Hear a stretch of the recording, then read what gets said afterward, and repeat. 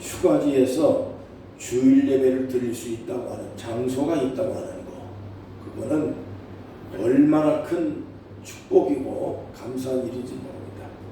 대개 휴가 가든지 오면 대부분의 많은 사람들은 가족들끼리 주일 예배를 건너뛰어. 그래서 일정대로 놀고 또 여행을 다니기가 상당히 빠듯합니다. 그래서 리조트, 콘도, 호텔 같은 이 지역에 근래에는 예배 시설들이 좀 세워지는 추세에 있습니다. 그러한 바람으로 인해서 호유 리조트에 예배당을 세우게 되어졌는데, 이곳에 휴가 오신 분들이 휴가 기간 동안에 휴가지에서 예배를 드릴 수 있는 처소가 준비되어 있다고 하는 것을 아마 상상도 못했을 겁니다. 그러나 호유 리조트는 정말 하나님의 축복을 받아서 이 직원들과 함께 예배 드릴 수 있는 넉넉한 그런 예배 날이 속히 정착이 될 것을 또 희망을 하고 있습니다. 많은 사람들이 우리 속초, 고성, 양양 이 지역으로 휴가를 오는 이유는 여러 가지 이유가 있는데, 교통 정책을 하는 사람들에 의하면 사람들이 드라이브를 할 때 2시간 이내의 거리에 드라이브를 하면 즐거운 마음이 지속이 되고 2시간이 오버가 되어지면 지루한 마음이 생긴다는 겁니다. 그래서 운전을 하게 되어지는 그 즐거운 시간은 2시간 이내의 거리에 있어야 된다. 그런데 서울서 속초, 양양, 이 고성 같은 지역은 2시간 정도면은 충분히 올 수가 있는 거리이기 때문에 드라이브하는 이내는 상당히 즐거운 마음으로 피곤하지 않게 아주 적당한 거리에 놓여져 있는 것입니다. 그래서 많은 사람들이 동해안을 휴가지로 삼는 이유가 바로 그런 것입니다. 또 뿐만 아니라 바다가 있고 또 산이 있고 또 강이 있고, 그러다 보니까 나무가 대단히 울창한 곳입니다. 그래서 다른 여러 지역을 비교를 해보면 동해안 지역은 미세먼지가 그렇게 많지 않은 곳입니다. 이렇게 좋은 곳이 전국에 아무리 많은 곳을 봐도 이런 자연적인 환경이 고루고루 갖춰져 있는 장소가 동해안이 최고 적절한 지역입니다. 그런데 앞으로는 점점 더 많은 사람들이 휴식 공간을 찾기 위해서 동해안을 찾을 수 있을 것이다 라고 하는 예상이 되어지기 때문에 아마 이 호유 리조트에서 예배드리는 이 예배 시설들이 장기적으로 지속이 되고, 그리고 우리가 잘 관리하면 이곳에서 하나님께서 큰 영광을 받으실 그런 날이 반드시 오게 될 것으로 믿습니다. 여러분, 오늘 우리는 부정 새해를 지금 앞뒤로 지금 연휴에 들어가 있습니다. 근데 연휴에 설날을 맞이하게 되어지면 물론 1월 1일 날도 새해를 맞이해서 복 많이 받으세요 하고 인사를 받았지만, 부정 새해는 더 많은 인사를 우리가 받게 되어지는데, 저도 카톡에 보니까 아주 연신연일로 새해 복 많이 받으세요 하고 문자가 오고, 또 그냥 많은 그런 축하 메시지들이 오고 있는 것을 볼 수가 있습니다. 새해가 되면 제일 많은 인사가 새해 복 많이 받으세요 라는 인사입니다. 여러분 유교적으로 동양 사상은 오복이라고 하는 것을 상당히 강조를 했습니다. 뭐 예를 들면 수, 부, 귀, 또 혹은 강령, 뭐 유호덕, 고정명, 그것은 오래 장수를 해야 된다는 것이 장수뿐만 아니라 부도 있어야 된다는 거죠. 그리고 귀하게 존귀받고 하는 이러한 출세도 해야 된다 하는 얘기고, 또 살면서 노후에까지도 그렇게 호강할 수 있고 또 효도받을 수 있고 그리고 평안하게 살 수 있고 죽을 때라도 병들어서 아파서 고생하지 아니하고 그렇게 건강한 모습으로 평강한 모습으로 인생을 사는 것이, 그것이 사람의 누릴 수 있는 5가지의 축복이라고 유교에서는 강조를 했고, 그게 동양 사람들이 오랜 세월 동안에 바탕에 깔려져 있는 것입니다. 뿐만 아니라 우리 성경에도 많은 성경이 기록되어 있지만은 구약 성경에는 특별히 복이라고 하는 단어가 한 500가지가 넘습니다. 처음부터 끝까지 하나님이 인간에게 복 주시기를 원하시는 하나님이다. 하늘은 하나님이 창조해서 하나님이 주관하신다 할지라도 땅에는 인간들에게 복을 받으라고 하나님께서 창조했기 때문에 땅에 있는 인간은 복을 누려야 된다라고 말씀을 했습니다. 그래서 하나님께서 창조하신 이 세상이 복받아 살기를 원하고, 또 하나님은 복의 근원이라고 그랬고 하나님은 복 주시는 분이고 인간은 하나님으로부터 복을 받는 입장이라고 분명히 설명을 했습니다. 신약 성경에도 말할 것 없이 복을 받으라는 말씀이 수도 없이 많이 있습니다. 요한계시록 끝까지 보면 하나님의 사람들은 하나님으로부터 복을 받아 살아야 된다. 그 복이 하늘의 복과 땅의 복과 가정의 복과 사업과 삶에 대해서 평강을 누리고 은혜를 누리고 살아가는 이러한 삶을 살아가도록 하나님께서 말씀하고 있는 내용들이 성경 구약이나 신약이나 끊임없이 하나님께서 복받으라고 말씀하고 있습니다. 예수님께서도 마태복음 5장에 보면 8가지 복을 말씀을 하셨습니다. 소위 말하면 팔복이라고 얘기를 합니다. 사실상 이 세상에 살아가는 어떤 사람이든지 간에 복받기 싫어하는 사람은 아무도 없을 것입니다. 물론 뭐 동양 사람이나 서양 사람이나 할 것 없이 누가 가난하게 살고 싶은 사람이 있으며 병나서 그렇게 쪼들려 살아가는 사람이 누가 원하는 사람이 있겠습니까? 다 귀하게 살고 또 부하게 살고 그리고 모든 살아가는 삶에 있어서 낭망하지 아니하고 평안하고 그리고 원하는 삶을 살아갈 수 있는 넉넉한 삶을 살아가고자 하는 것이 인간의 본질입니다. 그런데 우리가 성경을 가만히 읽어보고 자세하게 살펴보면 복이라고 하는 것이 환경에 의해서 이루어지는 것이 아니고 복을 받아야 되는 자신 스스로에게 달려있다고 하는 것을 경험상으로도 할 수 있고 성경을 통해서도 우리 분명히 알 수가 있습니다. 환경을 변하고 환경이 좋아야, 그리고 어떤 환경에 의해서 내가 잘 살 수 있고 복을 누릴 수 있고 잘 될 수 있고 형통한 삶을 살아갈 수 있다고 생각하는 사람들이 상당히 많이 있습니다. 자, 그런데 우리가 살아오면서 생각해보면 아무리 좋은 환경이 있다 할지라도 그 환경에서 살아가는 본인이 복받을 준비가 안 되어 있고 복받을 자세가, 복받을 행동을 살아가지 아니한다면 그 환경은 그 사람에 의해서 망가질 수밖에 없습니다.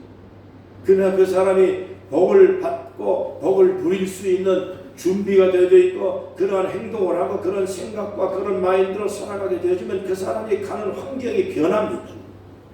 사람에 따라 환경이 변하고 사람에 따라서 모든 주변 사실들이 다 변화를 받아서 그 사람이 살아가는 곳에 모든 것들이 다 복으로 변하고 화가 복이 되어지고 어려움과 난관들을 헤쳐나갈 수 있는 능력 있는 인생을 살아가게 되는 것이지, 환경이 그 사람에게 복을 제공하는 것이 아니라고 하는 것을 알 수가 있는 것입니다.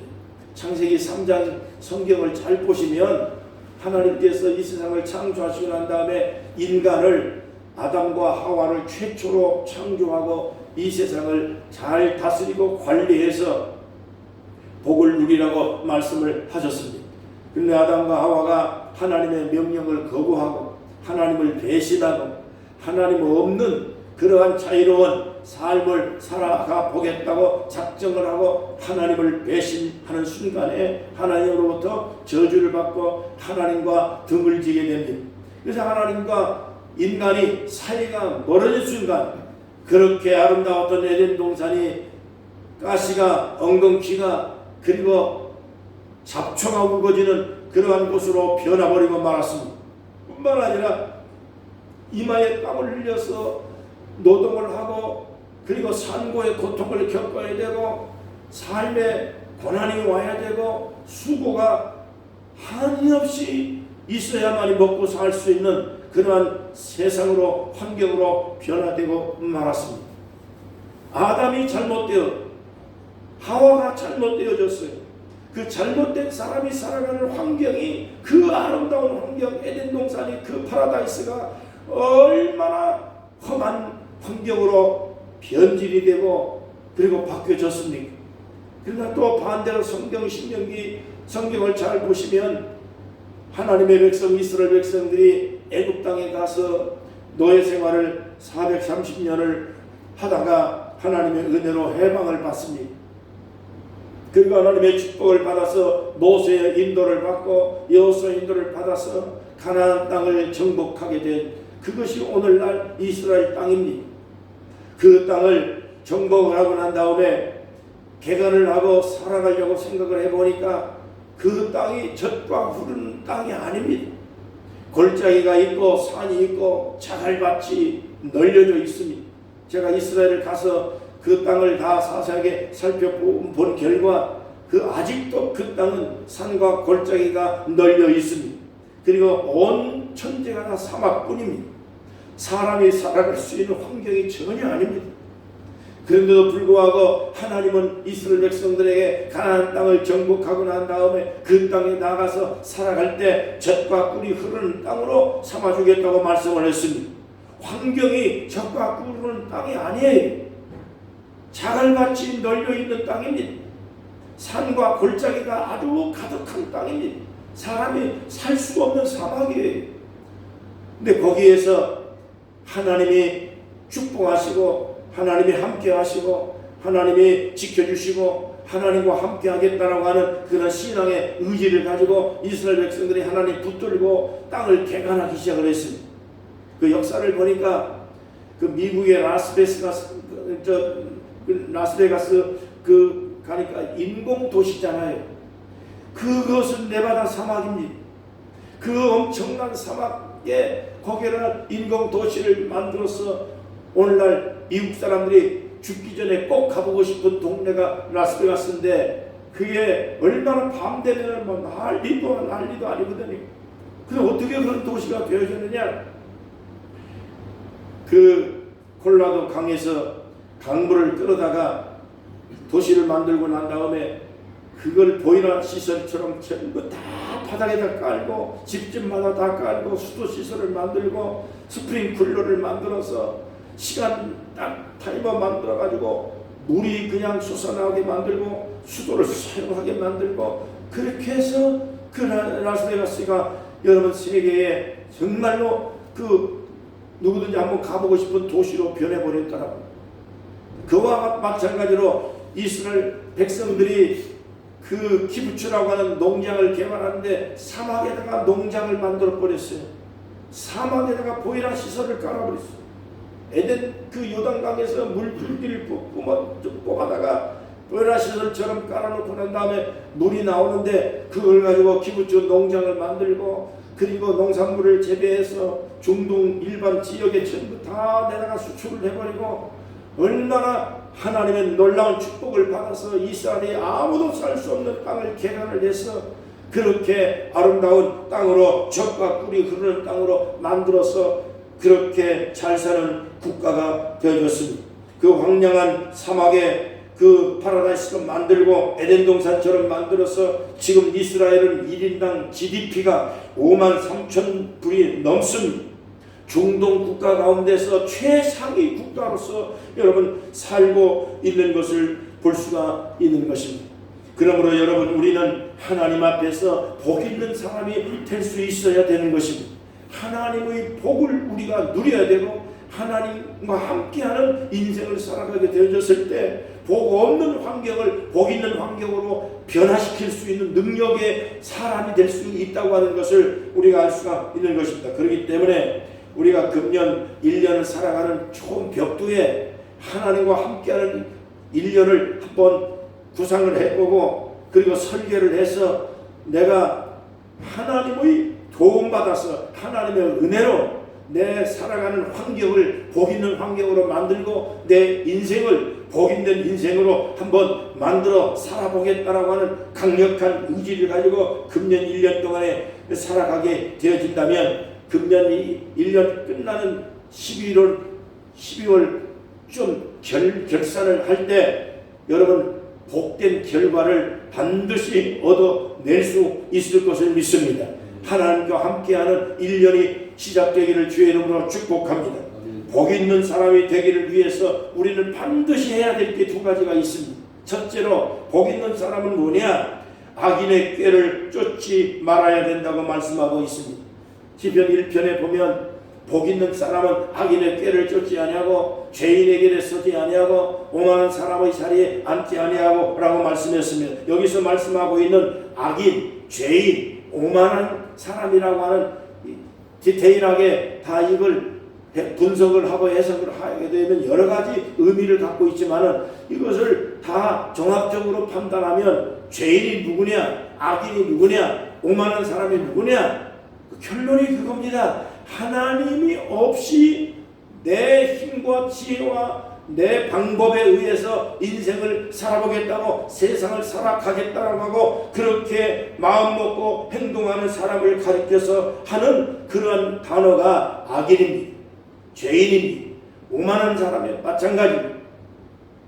오만한 사람은 하나님을 섬기지 않고 하나님이 없다고 주장하는 사람이라고 성경은 말합니다. 악인은 하나님을 떠난 사람이라고 말합니다. 죄인은 하나님의 은혜를 배신하고 배반하고 하나님을 등을 지고 살아가는 사람을 의미하고 있습니다. 그렇기 때문에 악인과 죄인과 오만한 사람은 다 종합적으로 하나님을 떠난 사람을 의미하고 있는 것입니다. 인간의 이성이나 과학이나 물질이나 그러한 이러한 세상의 것들로 말미암아 하나님보다 그것들을 더 우선적으로 여기는 인본주의적인 삶을 살아가는 사람을 우리는 악인이라고 얘기를 합니다. 그 사람이 오만한 사람이고 그런 사람이 죄인인 것입니다.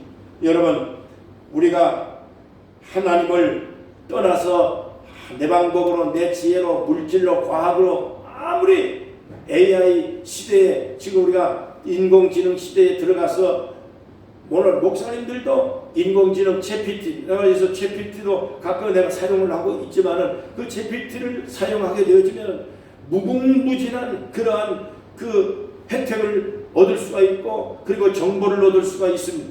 일거에 한순간에 모든 프로그램을 명령만 하면 단어만 넣어주면 챗GPT를 통해서 프로그램이 그냥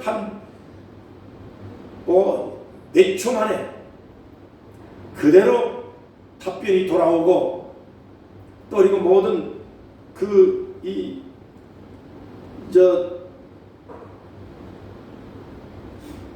파워포인트 같은 거 이런 것도 작성을 하고 그림을 좀 그려달라고 하니까 챗GPT 통해서 순식간에 그 답변이 돌아와서 작성을 내어주는 것을 제가 보았습니다.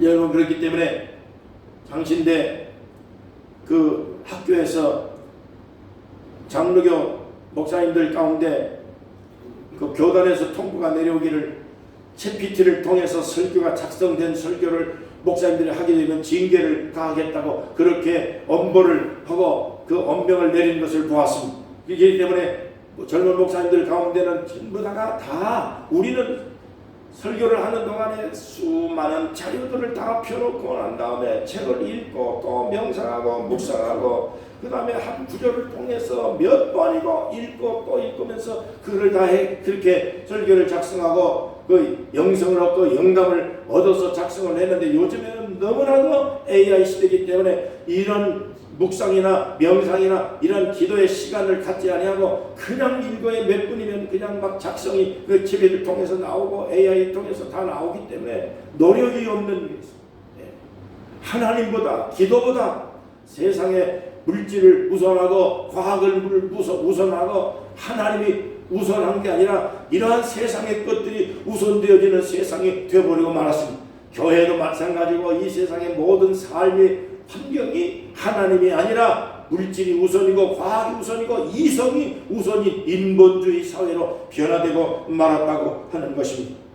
제가 오랜 친구 하나가 영국 옥스퍼드 신학교의 학장으로 오랫동안 있었던 친구가 있는데, 이 친구의 말에 의하면 등록 신자가 3,000명이 넘는 그런 교회가 주일 예배 인원이 10명도 안 되는 노인들만 앉아서 예배드리고 있는 것이 영국의 현상이라고 얘기를 하더라고요. 근데 영국뿐만 아니라 독일도 그렇게 3,000명 넘는 어마어마한 교회들이, 엄청난 그런 규모의 교회들이 예배드리는 숫자는 10명 안팎의 노인들만 앉아있는 그런 형태라고 얘기를 했습니다. 대규모 교회들이 이슬람에게 팔려나갔고 술집으로 팔려나갔고 관광지로 변해버리고 말았다고 하는 것입니다. 제가 얼마 전에 강화도에 갔더니 강화도에도 그러니까 100년이 넘은 성공의 교회가 어마어마한 교회, 건물이 너무너무 어마어마한 교회입니다. 그러한 교회들이 예배당도 시설도 너무너무 잘 되어 있는 시설입니다. 근데 그 교회가 카페로 바뀌어져 있습니다. 젊은 사람들이 그 카페를 찾아 들어와서 1층, 2층, 3층, 4층까지 그 카페로 이용을 하고 있고, 강대상을 그대로 사용했던 그대로 부시지 않고 카페 자리로 만들어놨습니다.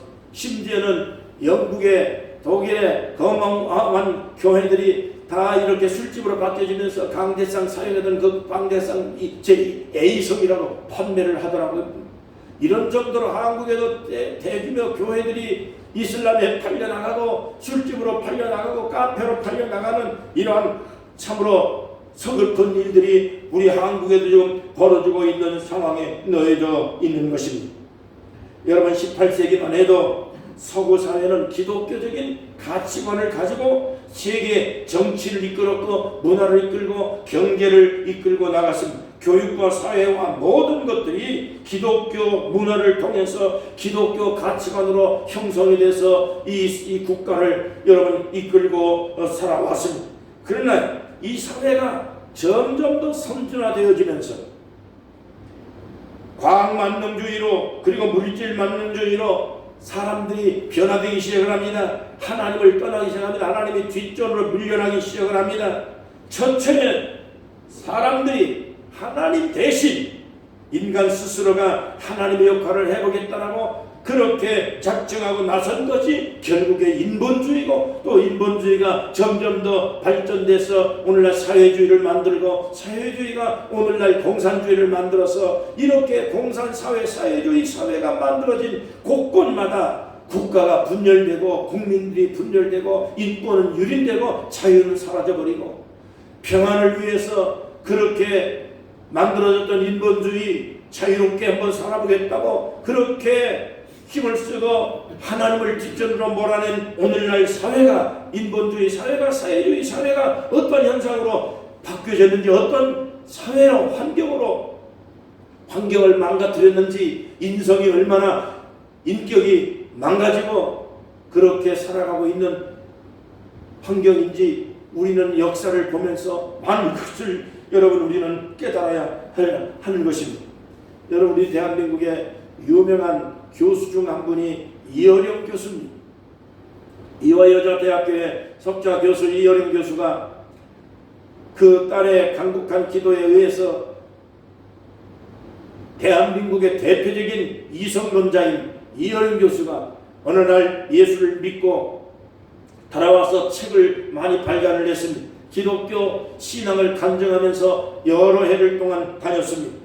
그 이어른 교수가 하는 말이 이랬습니다. 하나님이 없는 인간이 주인이 되어버린 세상을 산다는 것은 스스로가 무덤을 파는 것과 같은 어리석은 짓이라고 설명을 했습니다. 자기가 살아보니 세상의 대한민국의 최고의 석학이고 그리고 최고의 이성론자인 이어령 교수가 하나님 없는 이성론으로 살아보니 철학으로, 과학으로, 물질로, 자기의 이론으로 인본주의적인 삶을 살아본 결과 어리석은 삶을 살아왔다라고 본인은 고백을 했습니다. 여러분, 그렇습니다. 오늘 우리는 하나님을 떠난 그러한 인간의 삶은 결국에 물을 떠난 고기가 잠시는 사는 것 같아도 결국에는 몰락의 길을 갈 수밖에 없는 것처럼 어린아이가 부모를 떠난 삶을 그렇게 허망하게 살아가는 것처럼 하나님 없는, 하나님을 뒷전으로 몰아낸 인본주의의 삶은 결국은 몰락밖에 될 수가 없는 것입니다.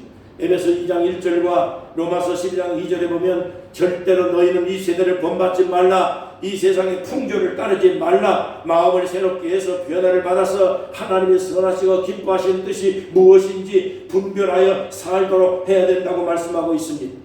여러분, 우리가 세상 풍조로 생각한다면 휴가 와가지고 여러분 리조트에 와서 예배 드린다고 하는 거 꿈도 생각 못합니다.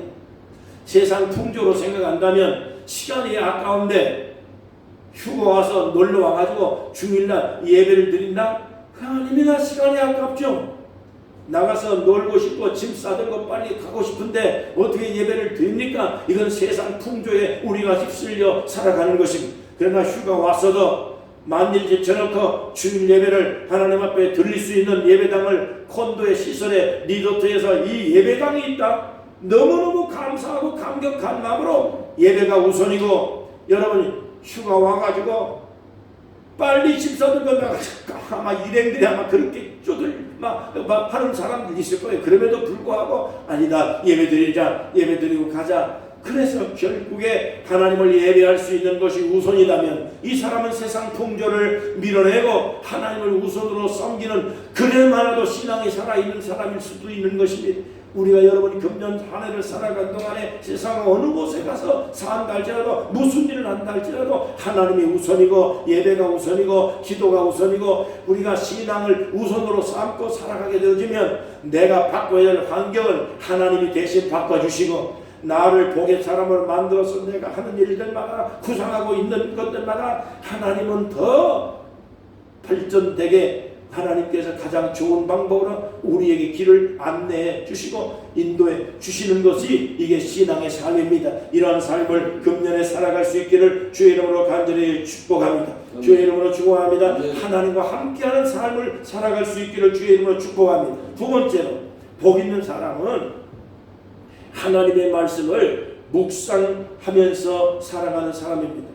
주야로 주의 말씀을 묵상하는 사람이라고 말씀하고 있습니다. 여기 묵상이라고 하는 말은 반복하여 생각한다고 하는 말 뜻입니다. 생각을 하고 또 그리고 생각을 하는 것입니다. 여러분, 우리가 학교에서 공부할 때 공부 잘하는 비결은 이겁니다. 선생님이 강조한 강조한 부분들이 분명히 있거든요. 학교에서 선생님이 중요한 부분은 강조하고 또 강조하고 또 강조합니다. 그 두 번, 세 번 강조하는 것은 중요한 의미입니다. 근데 그거를 강조하는 것은 나중에 보니까 시험에 꼭 나오더라고요. 그렇기 때문에 강조한 부분, 책을 읽다가도 중요한 부분, 이런 부분들은 밑줄을 긋고 난 다음에 반복해서 생각합니다. 반복해서 생각하고 또 생각하고 또 생각하고 외우고 쓰고 외우고 그러면서 그거 하는 것이, 그것이 나의 성적이 발전이 되고 내가 공부했으니까 반복해서 그걸 입력을 시키는 겁니다.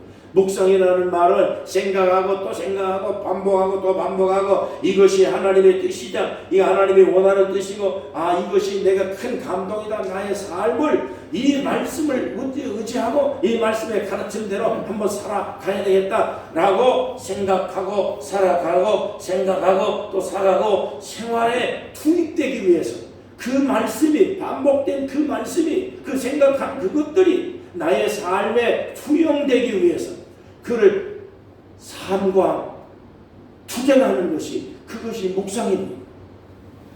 그냥 생각하는 것이 아니라 그 삶이 나의 삶에 투영되고 그것이 나의 삶이 되어질 때까지 투쟁하는 겁니다.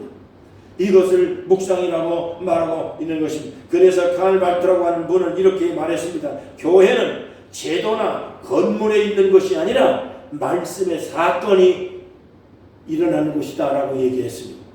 말씀이 사건화되어지는 것이 교회다 그랬습니다. 하나님은 말씀 자체입니다.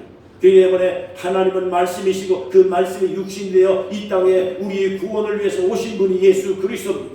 그렇기 때문에 예수님은 말씀으로 모든 것을 지시하고 명령하고 또 축복합니다. 하나님은 말씀으로 세상을 창조했습니다. 하나님의 말씀으로 우리를 또 지시하고 인도하고 복 있는 길로 여러분 인도하신다는 것을 알아야 돼요. 그렇기 때문에 하나님의 복을 누리기 위해서는 하나님의 말씀에 따라 살아야 돼요. 그 말씀을 묵상해야 돼요. 그 말씀을 또 묵상하고 또 생각하고 반복하고 밑줄을 그어서 그것이 나의 삶이 내 것이 되려 나의 삶에 투영될 때까지 투쟁하고 그래서 이 말씀이 나의 삶의 결말을 만들어 낼 수 있는 그런 삶을 살아가겠다고 여러분 작정하고 나아가면 반드시 좋은 일이 생기고 발전된 모습을 발견하게 될 줄로 믿습니다. 여러분 이스라엘이라는 국가는 중동의 대부분의 국가들이 석유가 대부분의 국가들은 석유가 편합니다. 그러니까 같은 중동 국가이면서 이스라엘 땅에는 석유가 한 방울도 나지 않습니다. 20년 30년이 넘도록 이스라엘은 주변의 국가들에게 석유를 수입하기 위해서 온갖 고난을 겪었습니다. 중동 지역에 있는 주변의 국가들이 이스라엘의 독립을 원하지 않기 때문에 석유를 판매하지 않았습니다. 그래서 이스라엘은 석유를 구입하기 위해서 저기 네덜란드나 룩셈부르크나 멕시코나 콜롬비아나 노르웨이 같은 이러한 지역에서 석유를 수입해다가 사용을 하기 때문에 이스라엘은 전기세가 엄청나게 무시무시하게 비싸고 그리고 석유를 구입하기가 너무너무 어렵습니다. 자, 그래서 이스라엘의 석유가 났으면 좋겠다라고 연구를 하고 또 그리고 그렇게 그 유전을 찾기 위해서 노력을 했지만은 실패하고 또 실패했습니다. 유대인 청년 젤 페트만이라고 하는 청년이 이스라엘 주변의 국가들은 다 소유가 나는데 산유국가인데 왜 같은 중동 지역에 우리 북이스라엘만 석유가 나오지 않을까 이렇게 혹심을 가지고 문제를 가지고 이렇게 성경을 읽게 되는 성경을 읽다가 너무나도 충격적인 성경을 보아서 소돔과 고모라가 하나님의 심판을 받을 때 성경을 보니까 연기가 옹기까마 연기같이 하늘로 치솟아 올라갔다라고 하는 구조를 읽고 난 다음에 큰 충격을 받았습니다. 그래서 창세기 19장 28절 말씀을 읽고 또 읽었으면 소돔과 고모라 근처에 분명히 뭔가가 원유가 묻혀 있을 것이다 생각을 하고 탐사를 했는데 1953년도에 나가서 유전을 발견을 했습니다. 그 유전이 이스라엘 국가의 최초의 유전이었던 것입니다.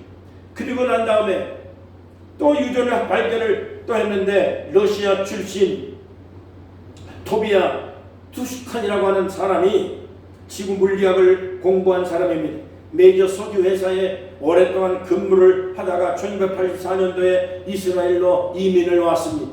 이스라엘 이민을 와가지고 그는 구약성경 신명기 33장을 읽었습니다. 신명기 33장을 읽다가 보니까 모세가 12지파에게 축복을 비는 임종 직전에 축복을 비는 내용들이 쫙 나옵니다. 그 가운데서 신명기 33장 19절을 읽어보니까 스불론 지파에게 모세가 축복한 내용이 나왔습니다.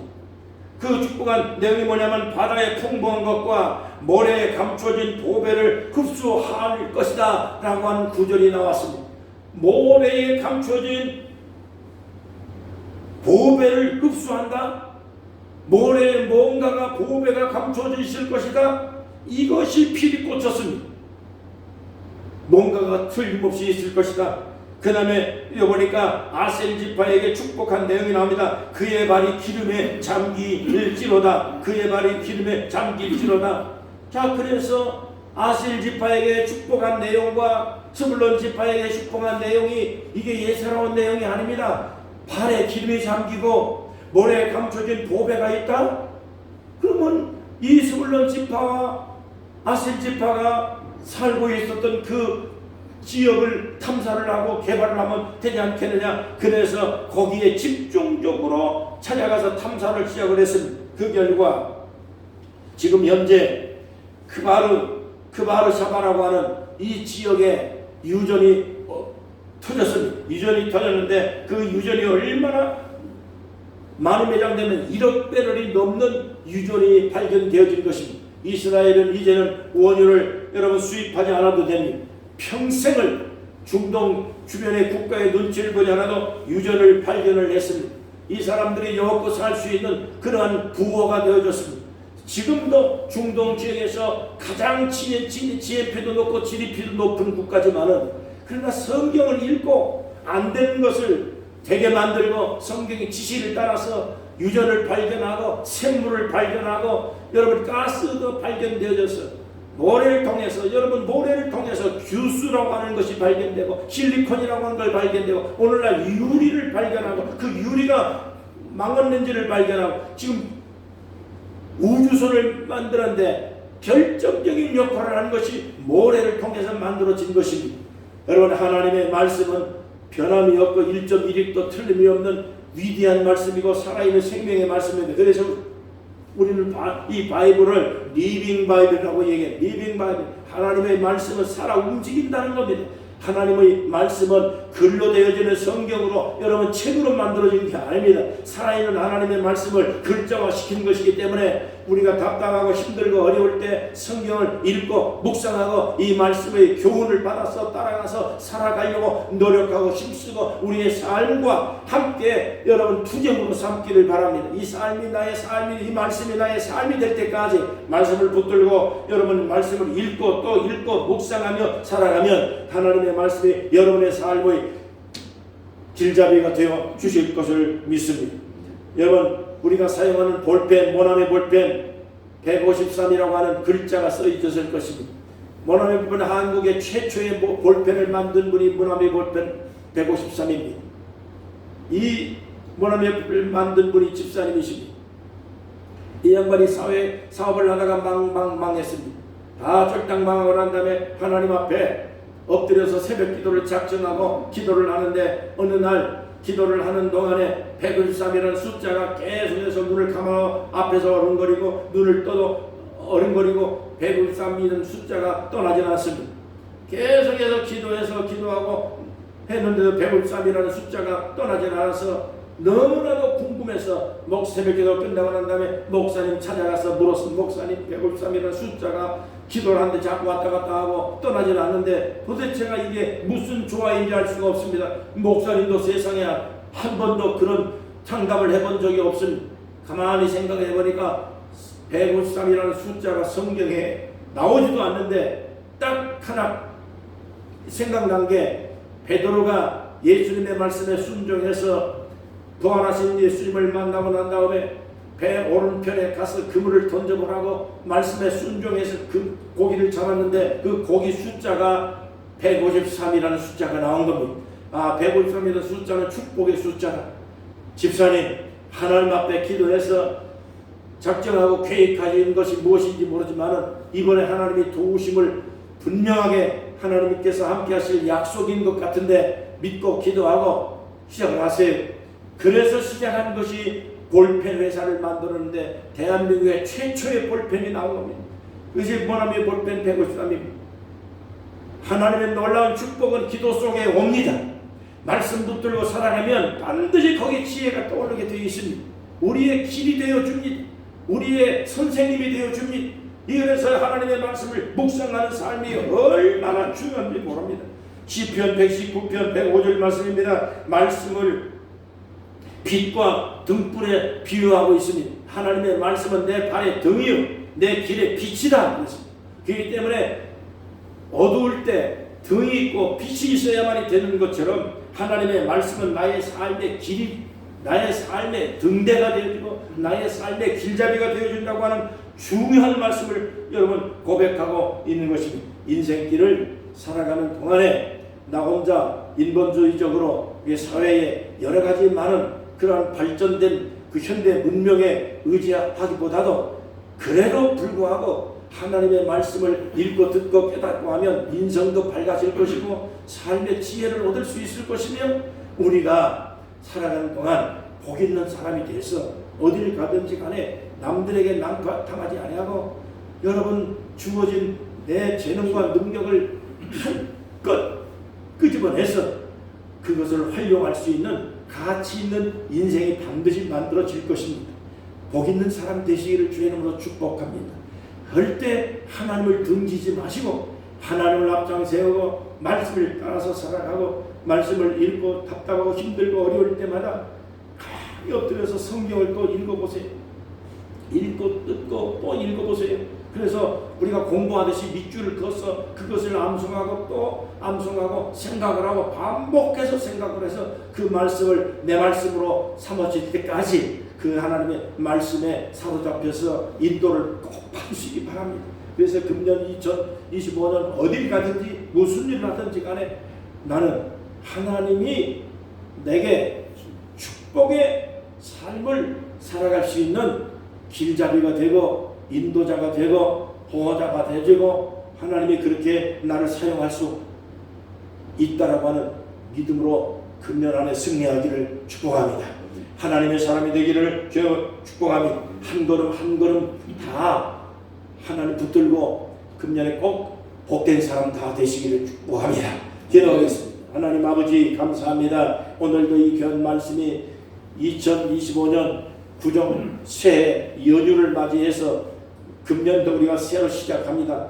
이제 하나님께서 말씀하신 대로 이 말씀 한 구절 한 구절 내 말씀으로 삼고 하나님이 주시는 음성으로 삼고 그래서 답답하고 힘들고 어려울 때마다 엎드려 기도하고 찬송 부르고 나는 하나님의 사람이고 또 그리고 이 세상은 하나님이 창조한 세상이며 하나님 없는 세상을 살아갈 수 없다고 하는 담대한 믿음을 가지고 승리하는 성도들 되게 하시며 잘되고 잘돼서 존귀받고 출세하고 그래서 많은 이웃 사람들에게 그리고 국가에 그리고 나를 아는 많은 그러한 사람들에게 뭔가 영향력을 끼치고 그리고 선한 그러한 그 삶의 도구들이 되도록 주님 축복하여 주시기를 기도합니다.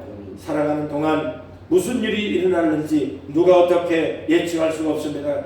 오직 우리 하나님 아버지의 은혜 가운데 살아갈 뿐이고 지금까지 그렇게 우리 살아왔습니다. 앞으로 살아가는 동안에 사랑하는 우리 성도들 예수 이름으로 기도할 때마다 도와주시고 성경을 읽을 때마다 지혜가 되어주시고 하나님의 말씀을 순종하고 나아갈 때 하나님의 사람인 것을 증거해 주시고 지켜주셔서 복 있는 인생으로 살도록 축복하여 주시옵소서. 예수님의 이름으로 간절히 축복하며 기도하옵나이다.